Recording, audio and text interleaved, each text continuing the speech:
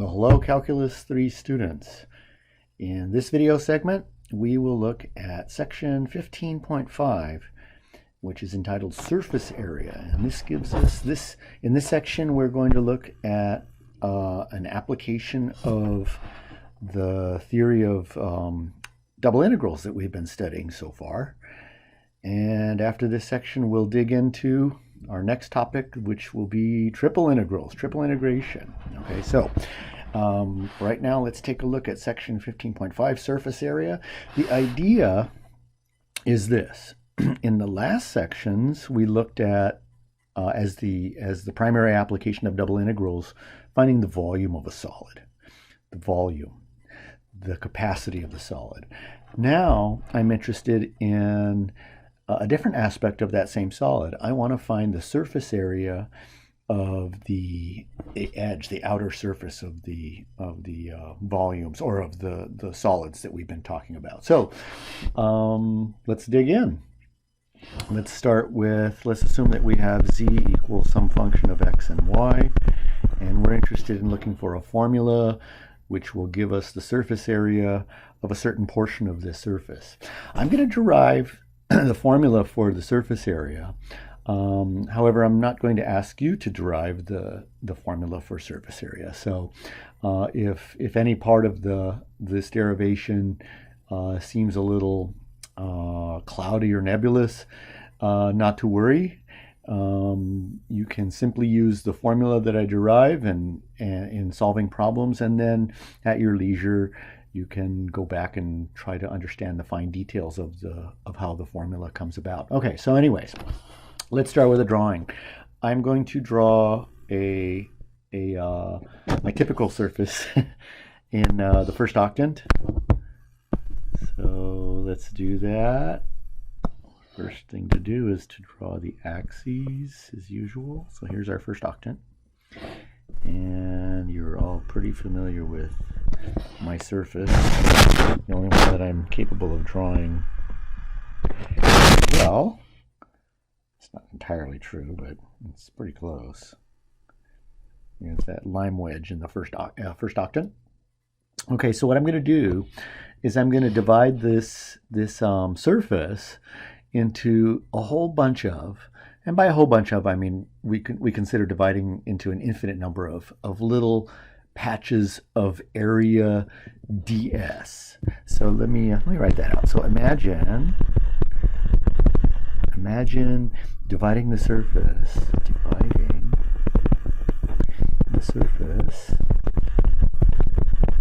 into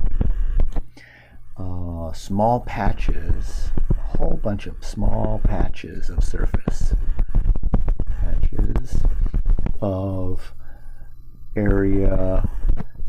Let's say, let's switch to green here for a minute, area ds. Okay, so let me show you how that's going to be done. We're going to slice this surface in a similar way that we did when we were looking at the derivation of the partial derivatives. If you don't recall, it's no big deal. So I'm going to slice through this surface with a knife, a couple of knives, or a couple of slices, parallel to the YZ plane. So I'm going to make my first slice. Let's say I'm marking off a place on the x-axis.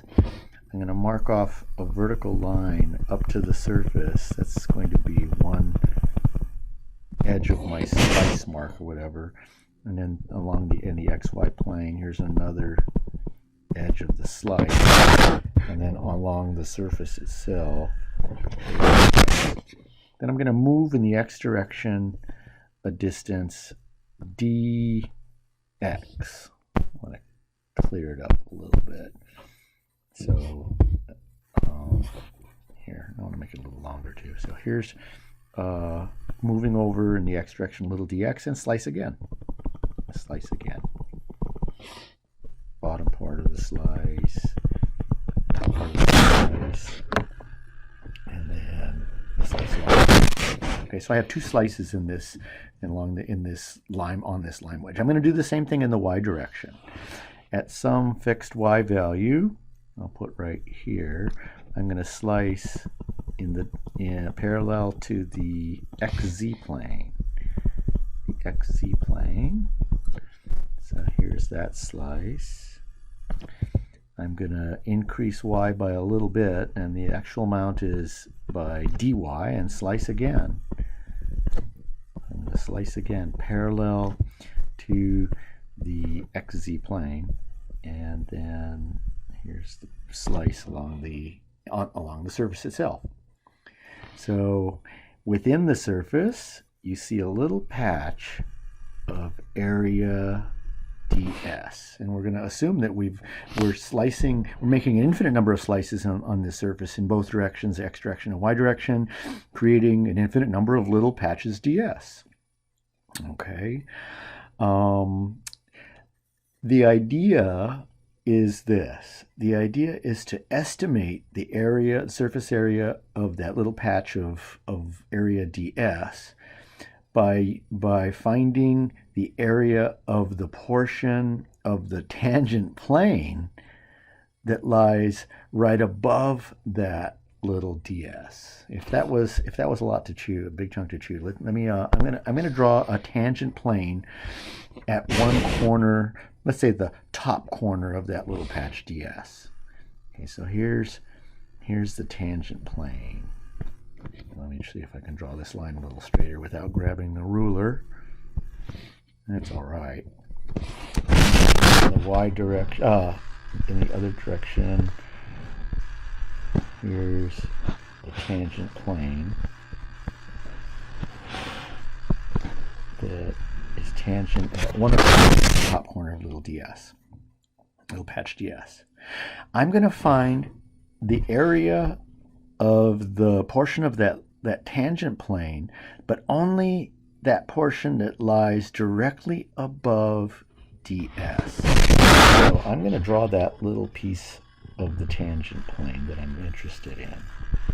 The little piece of the tangent plane that I'm interested in is only that little piece that lies directly above ds. Let me see if I can make it a little better looking. Oh, I'm almost there. Okay. That'll work. Oops, got a little sloppy there. Okay. So that little portion of the tangent plane, the area of that little portion of tangent plane, I'm going to call dt. D, capital T for small portion of the tangent plane. So this is the area of the portion of, let's see, of the tangent plane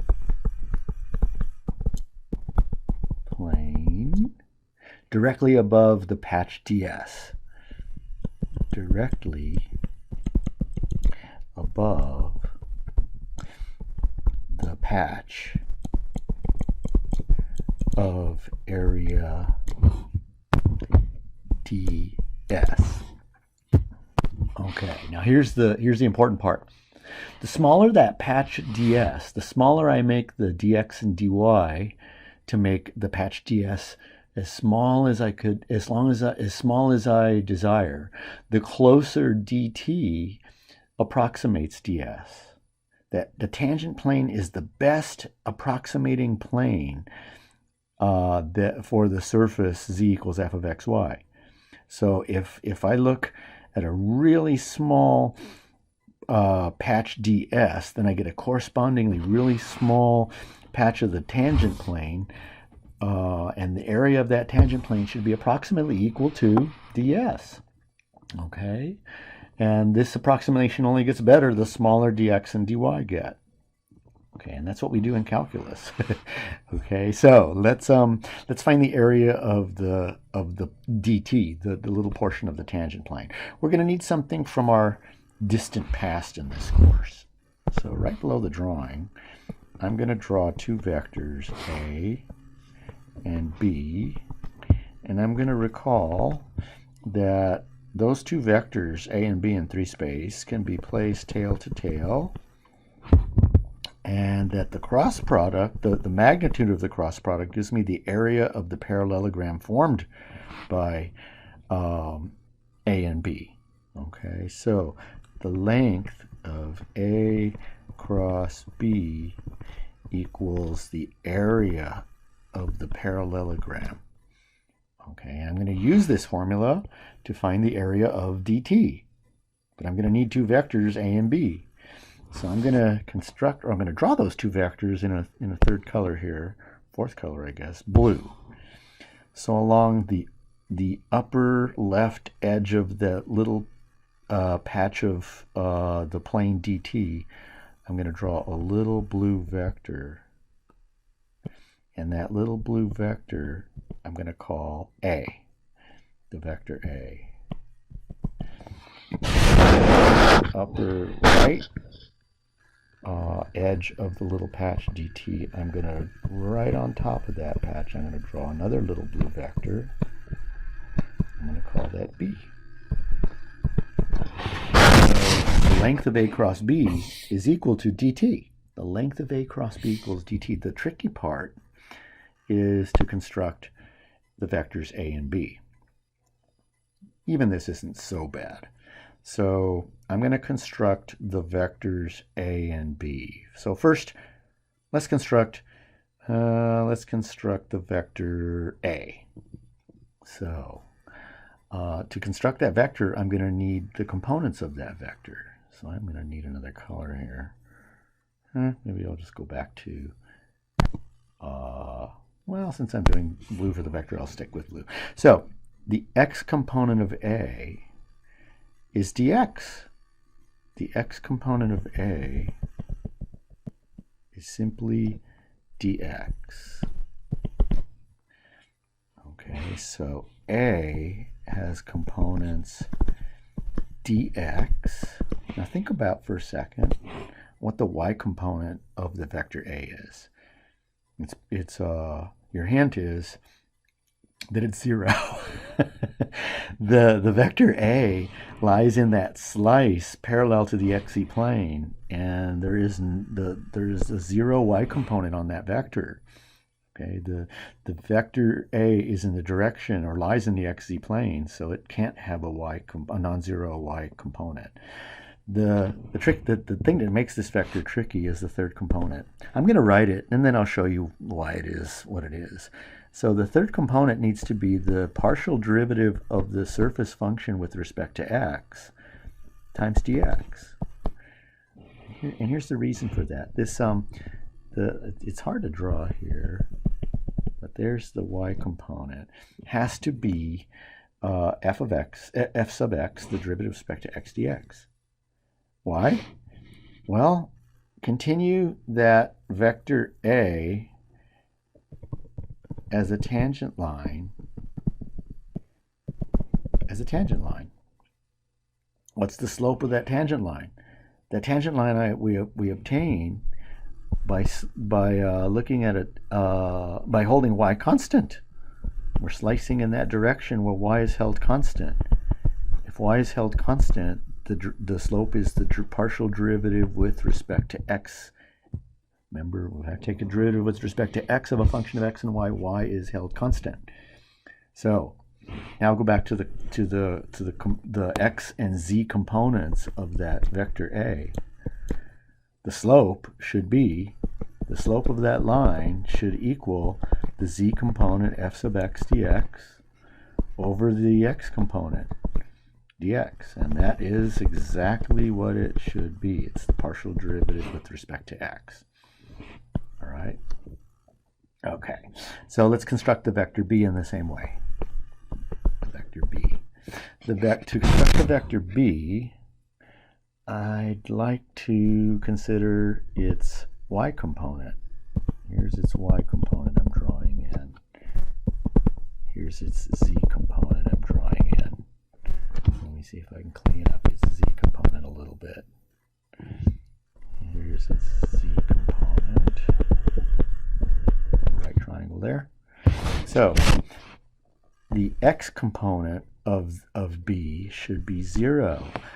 B lies on that portion of the curve where we held x constant. So if x is constant, you can't have an x component of the vector. Okay, so you can't have a non-zero x component of the vector. So the x component should be 0. The y component is dy. Okay, the z component, with the same argument that I made in vector A, should be the partial derivative with respect to y times dy. If you divide the z component by the y component, you get the partial with respect to y, and that should be the slope of that tangent line that contains the vector b. Okay, so what we need, don't lose track of what we're looking for here. We need the area of the small patch of the tangent plane dt, and from our formula for earlier in the course, that should be the length of the vectors a cross b.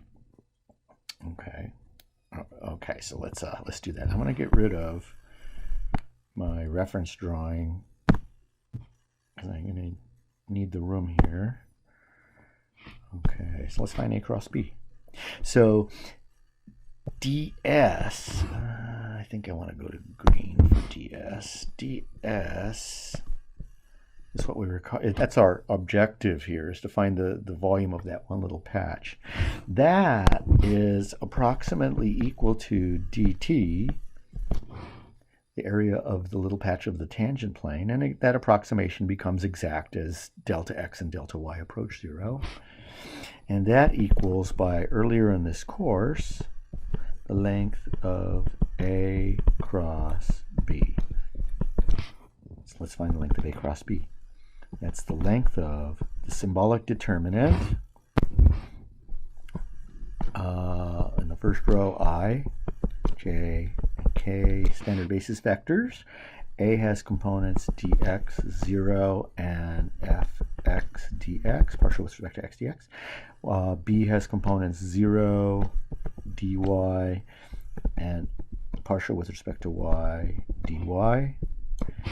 And we take the length of that vector, so it's the length of the vector whose components are, okay, the first component will be minus f sub x dx dy. The second component, I'm imagining putting a line through the second column. I get minus f sub y dx dy.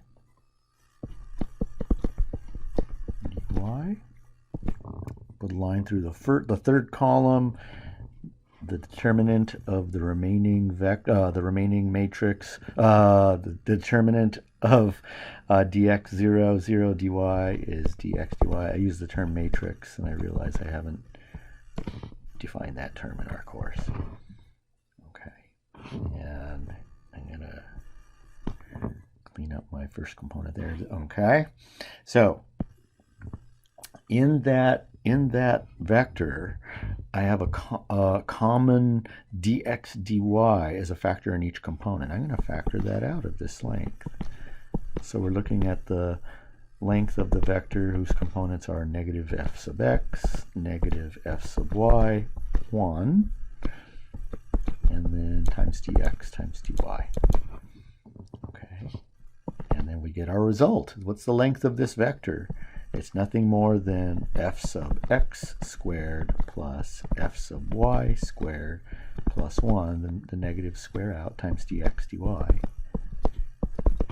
But that dx dy, if we refer to our drawing, that's the area dA in the xy plane of the projection of both the tangent plane and the patch of area ds into the xy plane. So we're looking at the square root of 1 plus f sub x squared plus f sub y squared. No real reason to rearrange the terms there. I think our textbook does, but that's okay. And dx dy is dA. Okay. So in the limit as delta x and delta y approach 0, this approximation becomes exact. And we can then say that ds, the area of that little patch, is in fact equal to the square root of 1 plus derivative with respect to x squared plus derivative with respect to y squared dA. This gives us what's called the differential element of surface area. Differential element of surface area. So the total surface area we get by summing up all those little ds's. So the total surface area equals the sum of all those ds's over the entire projection of the surface into the xy plane. D is the projection of our surface into the xy plane, and we get our formula. The formula for surface area is the double integral over the projection of the surface into the xy plane of 1 plus f sub x squared plus f sub y squared dA. So if you're concerned at all about this derivation, this is our bottom line. If you're concerned at all about any bit of this derivation, don't be. This is the formula for our surface area. I'd like to use this formula to solve a couple of problems and then end this video. Okay, so let's do that. So here's our first example. For example, I want to find the surface area of a portion of a plane in the first octant. So find the surface area of the portion of the plane z equals 24 minus 3x minus 2y in the first octant.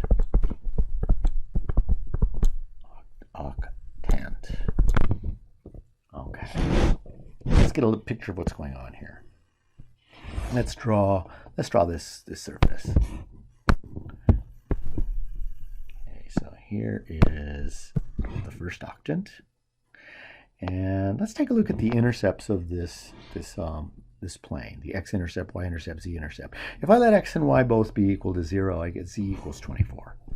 So let's put 24 up here. This need not be drawn to scale. Okay, so if I let z and y equal to 0, imagine z and y equal to 0. If z and y equal to 0, I get 0 equals 24 minus 3x in our surface. So x has to be 8. So let's put that, even though this isn't going to be to scale, this is okay. Let's put 8 right about there.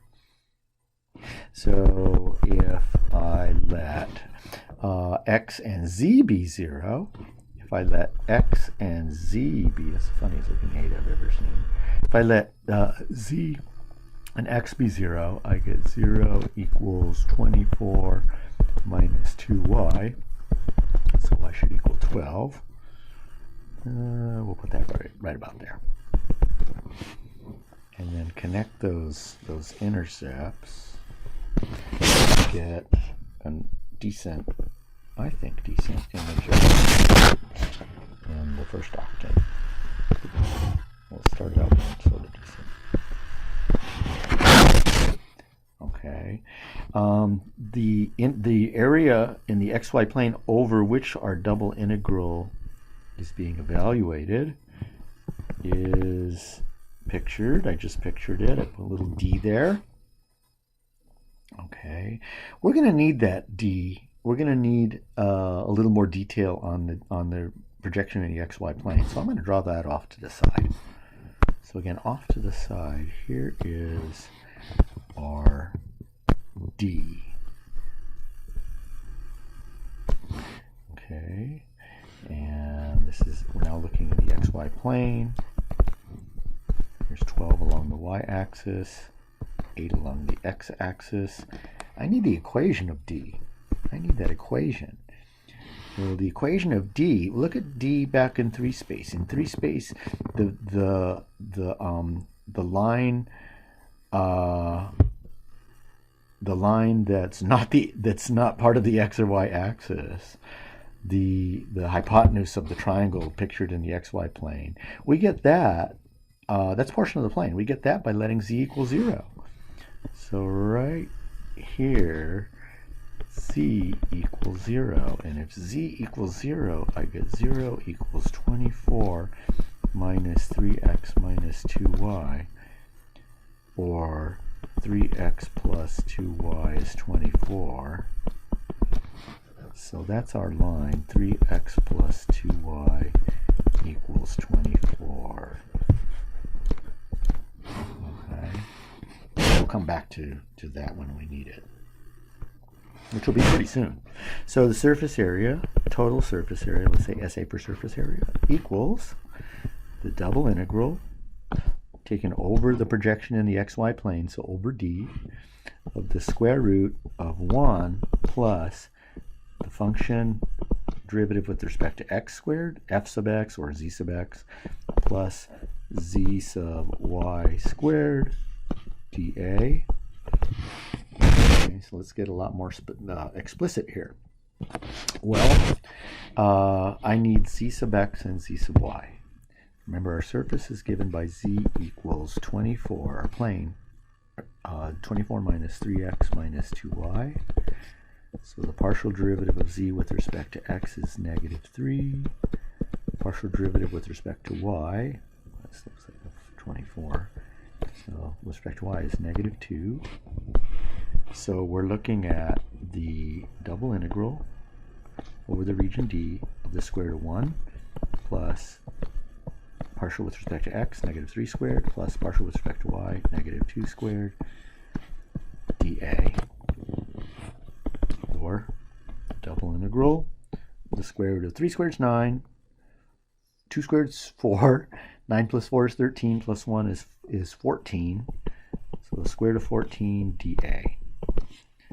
And this takes us back to a couple sections ago when we were looking at setting up limits of integration in rectangular form. So this is where we need to go back to our picture up in the right of D. Back up to the right a little bit, we have our region D. So we're going to interpret this, it doesn't really matter, we can interpret this as a type Roman numeral 1 or 2 region. I most often, when I'm given a choice, consider a type Roman numeral 1 region. This is totally up to you in this case. Remember, the decision on what type of region you want to interpret your D as can have an effect on the difficulty. We found that out in, I think it was 15.2. In this case, I really don't think it matters. So I'm gonna stick to my guns here, and I'm going to interpret this as a type Roman numeral 1 region. And to do that, my suggestion to you was you draw a little line through your region. I use green this semester. So we integrate the square root of 14 first in the direction of that little green line, dy, and then with respect to x after that in the iterated integral. That green line first hits the region at y equals 0, then passes through the region, and when y equals, I'm solving for y real quickly here, negative 3 halves x plus 12. So negative 3 halves x plus 12 is our upper limit of integration. The limit of it, the last limits of integration in the x direction, we integrate from 0 to 8. Okay, and that integral gives a surface area. We're not doing much in terms of examples in this section, so I'll go ahead and evaluate this integral, even though it's fairly simple. So this is the integral from 0 to 8. As the last thing we'll do, first the inner integral in this iterated integral is integrating square root of 14 with respect to y. So we get the square root of 14 times y as y varies from 0 to negative 3 halves x plus 12. and integrate that with respect to x. So continuing, the integral from 0 to 8, square root of 14 times negative 3/2 x plus 13, 12, I don't know where I got 13, dx. You can factor out the radical 14 and then take antiderivatives. Negative 3/4 x squared, antiderivative x squared is x squared over 2 plus 12x. It's a definite integral, so we put 0 for the constant of integration. I'll save us the agony of looking at substituting 8 in there. This gives us 48 times the square root of 14. What are the units of this physical quantity? What are the units? What are the units? It's surface area. Area. Square units. Square units of area. Okay. Let's take a look at one more example to finish up this short section. Okay. So our next example is also surface area. And before writing out the problem, maybe just sort of get a picture in your head of what's going on here. What I'm going to do is I'm going to take the upper, imagine taking the upper portion of a sphere, centered at the origin. The radius of the sphere is 4. We've looked at this sphere before in our volume problems. So we have a sphere of radius 4, just the upper half, or you can consider the lower half also. And through this sphere, I'm going to slice with a knife, and the knife is going to be at a height z equals 1. And I want the surface area of that little cap of the sphere that I remove. So I have a portion of a sphere, and I'm slicing through it parallel to the xy plane. I want the volume, surface area of that portion of the sphere that's removed.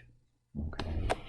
Guess that it's okay. I'm going to write out the problem. So for example, find the surface area.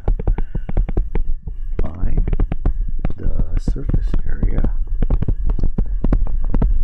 of the portion of the sphere,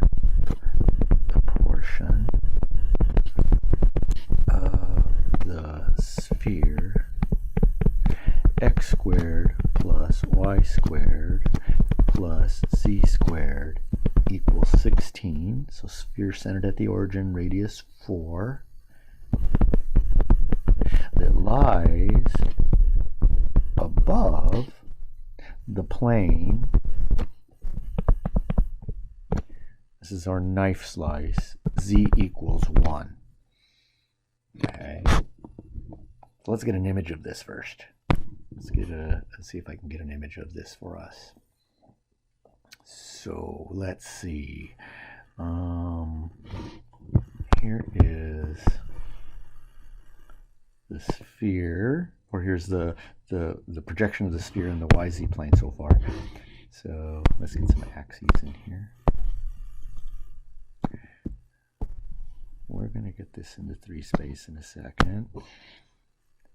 Here's our x-axis, y-axis, z-axis.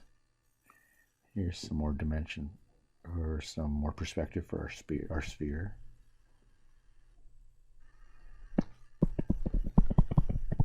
So hopefully you see a sphere. The radius of that sphere is 4, so this is the sphere x squared plus y squared plus z squared equals 16. I'm going to slice at z equals 1, and it's not going to appear to scale. I know this is a radius 4, and I'm calling this cut here at z equals 1.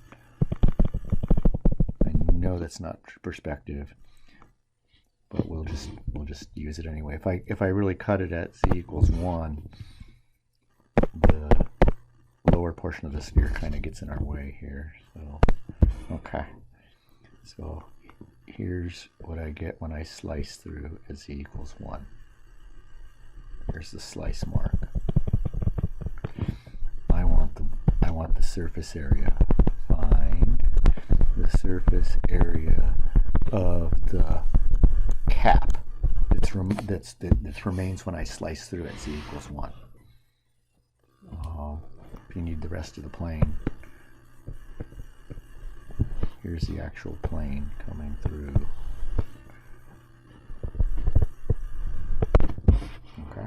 Okay, so let's do it. Really, pretty much the most important thing for us is the projection of the cap, this surface area, into the xy plane. So here it is. I'm drawing it in red just to distinguish from everything else. If I slice this sphere, the projection, or the intersection, should be a circle. Seems reasonable. So there's D. There's the projection of our surface area, the cap, into the xy plane. We're going to need it, so we might as well find it. This was the plane z equals 1 that sliced through that sphere. So I'm going to put z equals 1 into the equation of the sphere. When I do that, that's going to give me the boundary of that red domain D in the xy plane. So I'm going to take that z equals 1 and stuff it into the equation of the sphere. So I get x squared plus y squared plus 1 squared equals 16. I get x squared plus y squared. It should be a circle, right? Well, it's x squared plus y squared equals 15. And it should be a circle of smaller radius than the portion of the circle, the portion of the sphere in the xy plane. Well, if I let z equal 0 in the sphere, I get x squared plus y squared equals 16. And that's a circle of radius 4. So I have now x squared plus y squared equals 15, which is a circle of radius smaller than that. Radical 15 is the radius of that. Okay. In any case,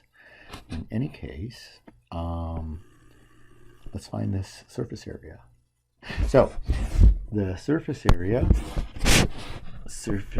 area is the double integral over the projection of the region in the xy plane over that red D of the square root of 1 plus zx squared plus zy squared dA. Okay, so we're going to need some heavy-duty partial derivatives here. We need the partial with respect to x and the partial with respect to y. So I'm going to take our sphere, I'm going to solve for z, and I get z equals, if I were solving, I get plus or minus, which would give me the upper and lower half of the sphere. But since I'm in the upper half, I'm just going to take the positive square root. So z equals the square root of 16 minus x squared minus y squared. So I need the partial with respect to x and the partial with respect to y. So z sub x brings down the 1/2. Take the partial with respect to x, bring down the 1/2. Decrease the power by 1. Multiply by derivative inside by chain rule. So this becomes negative x over the square root of 16 minus x squared minus y squared. I canceled the 2's with the 1/2 and the negative 2x from the chain rule. I brought the negative exponent down and gave it a positive exponent. Exponent was 1/2 means square root. That's z sub x. The only difference between z sub x and z sub y, if you look back at our z sub x, so the z sub x just before the final simplification, the only thing that's going to change is that in the application of the chain rule, we're not going to get negative 2x, we're going to get negative 2y. So our partial derivative with respect to y should look real similar. Should only have, the only difference should be a negative y in the numerator. Okay, so let's continue with our surface area. The surface area then is the double integral over projection D in the xy plane of the square root of, might need a bigger square root sign, square root of 1 plus z sub x, 16 minus x squared minus y squared squared, plus z sub y minus y over the square root of 16 minus x squared minus y squared, that's z sub y, squared, squared, all that dA. Okay. Looks like a monster. Let's simplify this little monster here. So this is the double integral over the region D in the xy plane of square root of 1 plus x squared plus y squared. The denominator is going to be the same, 16 minus x squared minus y squared dA. Still looks like a monster. Let's keep going. I'm going to combine the two terms underneath the radical sign. So I'm going to imagine writing 1 as 16 minus x squared minus y squared over 16 minus x squared minus y squared. If I do that, I'm going to get 16 minus x squared minus y squared plus x squared plus y squared over that common denominator of 16 minus x squared minus y squared dA. We get a little relief here. Notice what happens when we simplify the numerator under the radical. Minus x squared plus x squared cancels, minus y squared plus y squared cancels. Square root of 16 is 4. At least our work is reduced to integrating something which may be a little simpler to look at, a little easier on the eyes.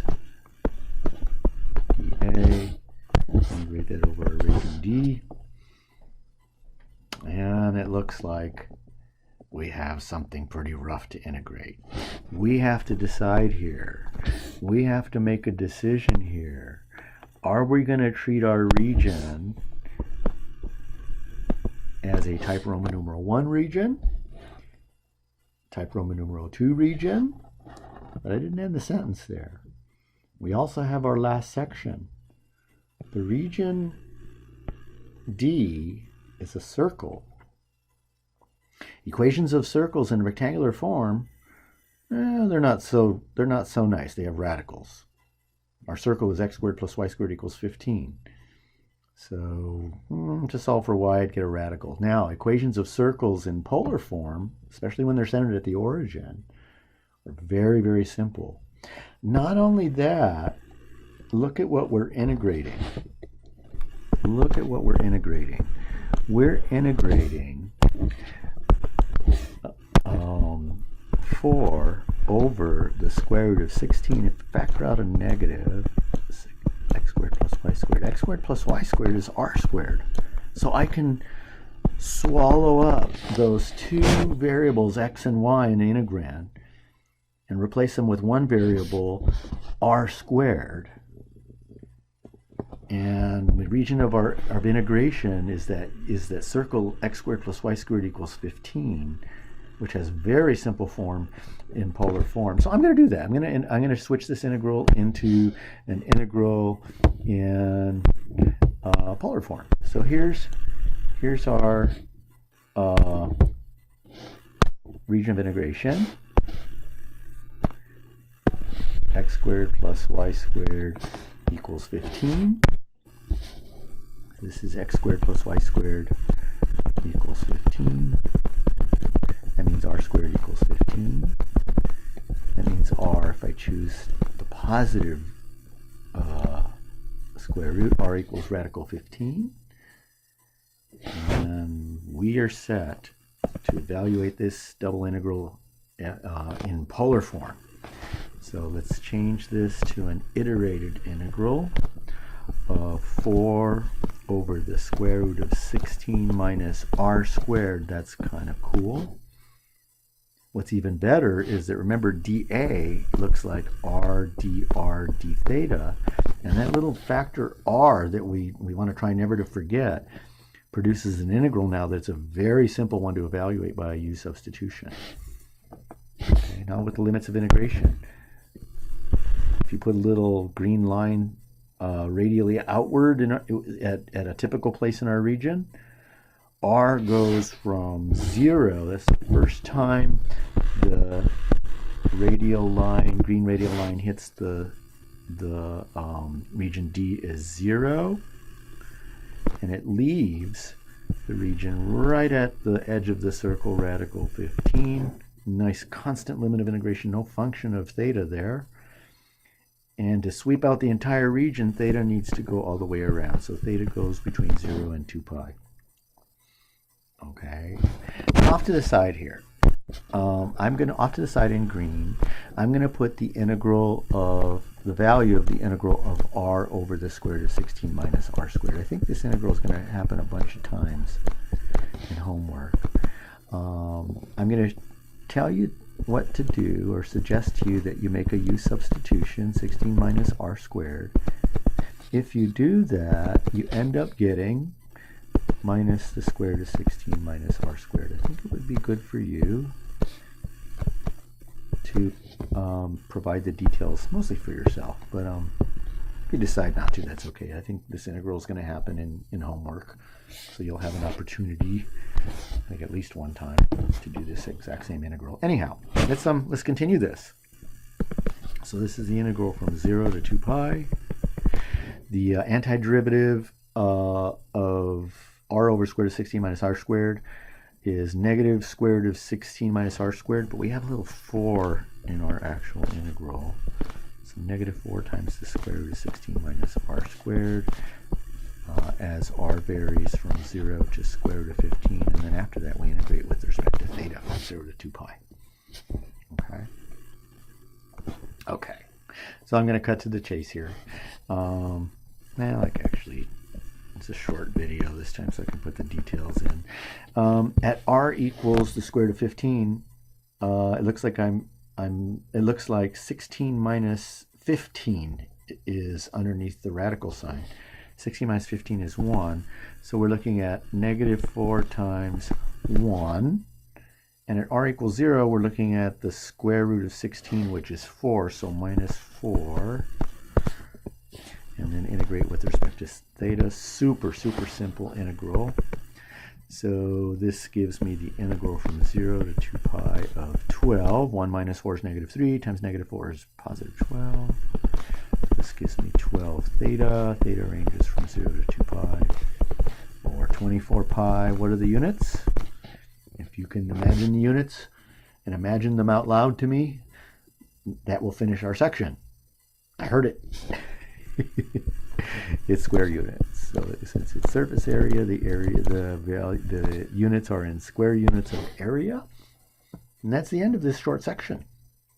Okay, so I look forward to talking with you all again soon. To go ahead and dig into homework for section 15.5.